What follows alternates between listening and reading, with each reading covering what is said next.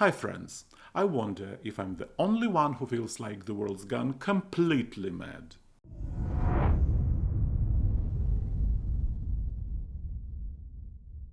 A resident of Somerset, England, 50-year-old Trevor Prideaux was born without his left arm below the elbow.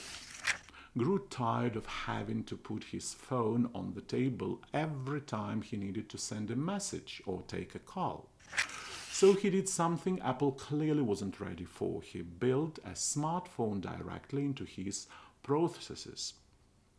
The idea seemed so bold that he was supported both by Nokia specialists and by a rehabilitation center in Devon. 5 weeks later, the prototype was ready, a neat slot for Nokia C7 inside his artificial arm. Now it's simple. Bring your hand to your ear and talk.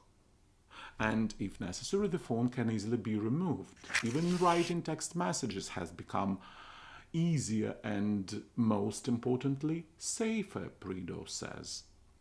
Interestingly, the first he wanted an iPhone, but Apple refused to cooperate. Apparently, their innovations are strictly on schedule. But Nokia agreed, and now the Briton has we must say, one of the most functional smart prostheses in the world.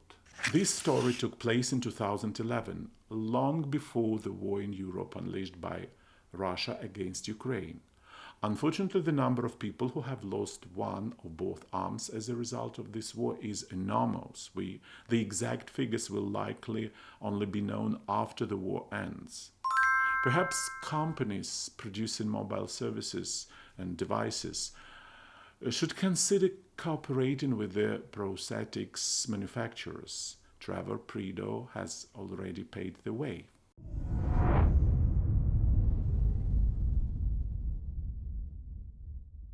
Narcolepsy, cataplexy is a rare but well-documented genetic condition in which a person experiences unexpected sleep attacks and short-term loss of muscle tone.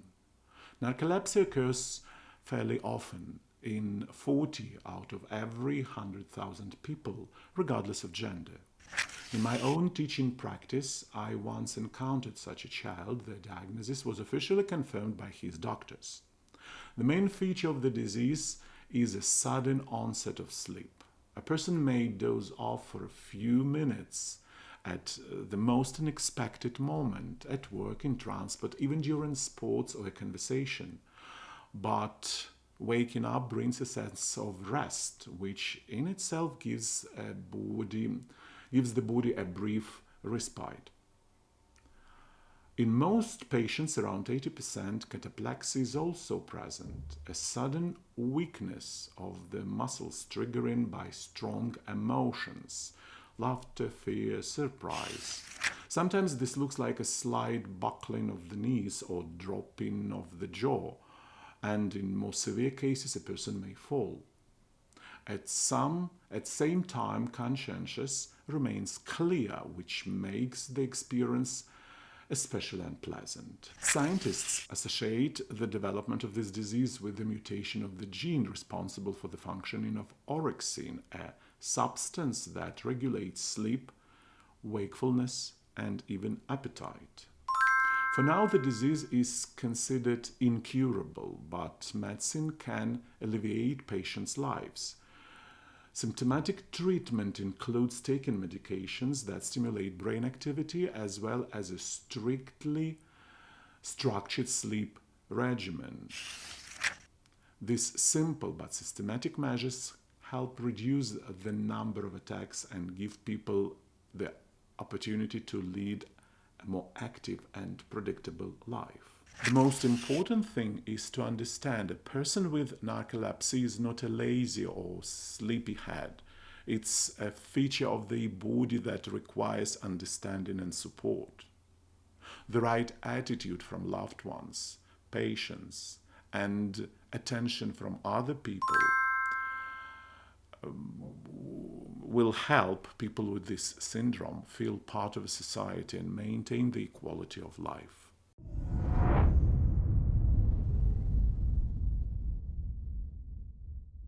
Scientists from the Center of Neuroimaging at University College London have finally figured out how to prolong humanity's silly hopes. It turns out intelligence can be improved throughout the life. Yes, exactly. If you endlessly train your brain, it will become stronger. Who would have thought? They might as well publish a revolutionary study. If you train your abs, then you will get six packs. The study, published in magazine Nature, for the first time proved that school teachers have been saying for centuries, if you want to be smart, study then. The scientists examined 33 teenagers, yes, that's all statistics in its full glory, and over 4 years of the experiment found that those who successfully handled IQ tests had their brains slightly pumped up. The number of nerve cells even increased. So, surprise, surprise, if you work hard at school, your brain gets smarter. If you are lazy, wait for nature's mercy. Maybe your peak of development is still ahead. And the project leader, Professor Kathy Price, even comforted the losers with the IQ lottery. A failed test is not yet a sentence, translating from scientific to human. If you screwed up, you can always say that you just haven't reached your prime yet.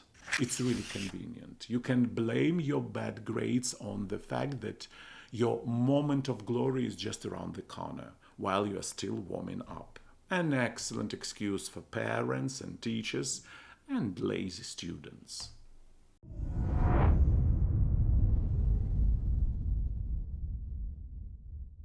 It seems we finally received the official answer to a question that has tormented generations of school kids and students since the days of military training classes and college drills.